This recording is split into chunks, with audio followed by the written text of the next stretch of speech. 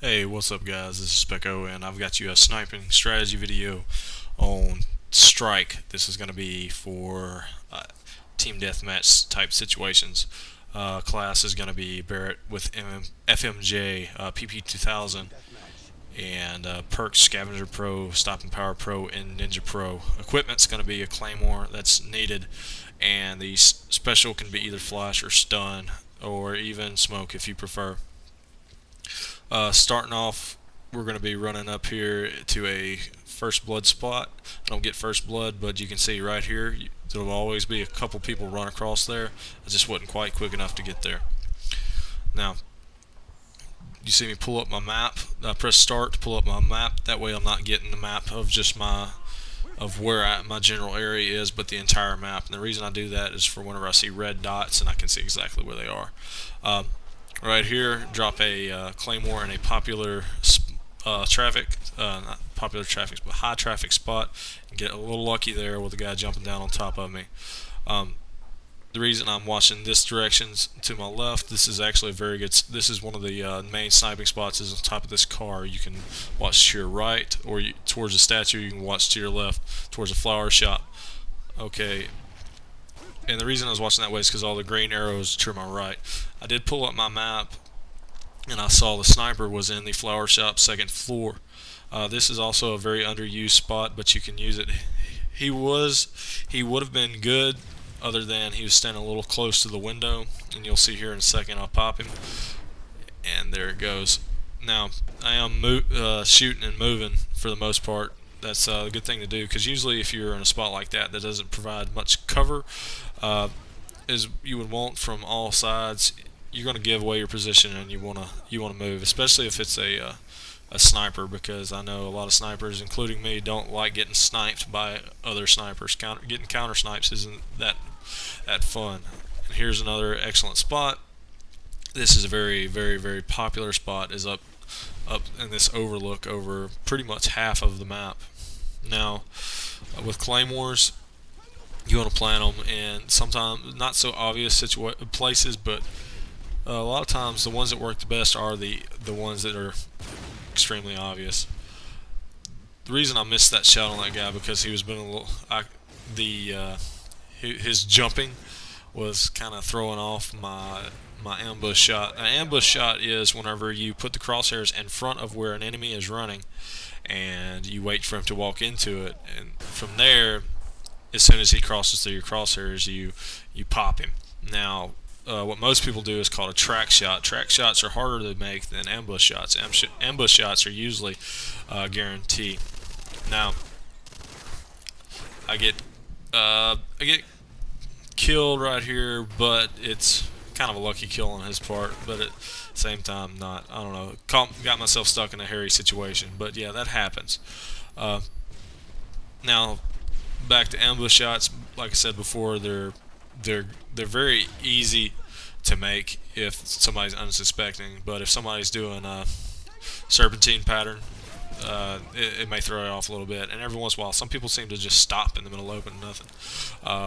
Getting on to regular sniping, more general sniping tips.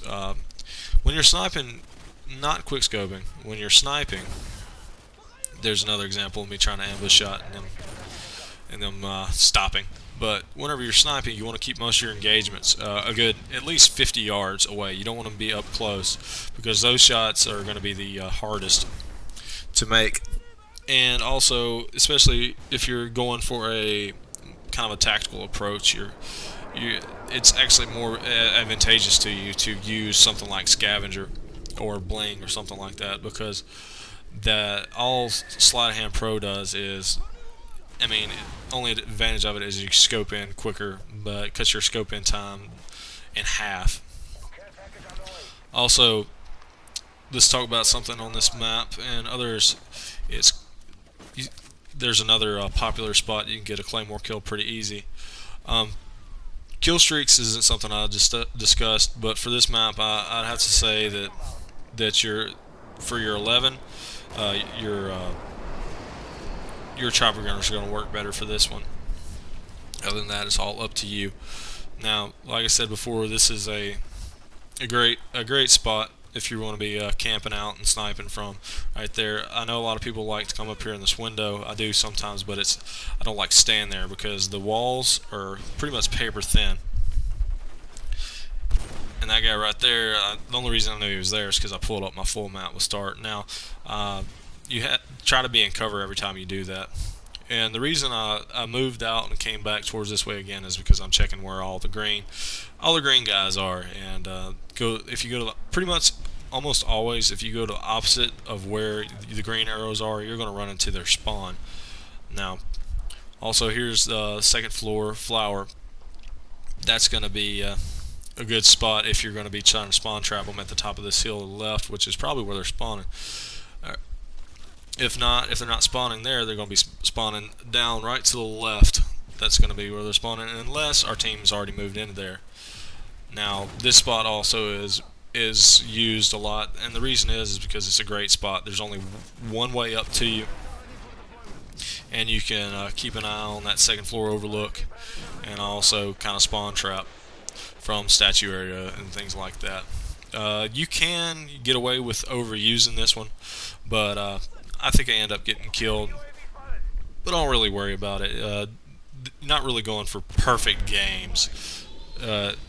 If you are, a lot of it's luck. There's too many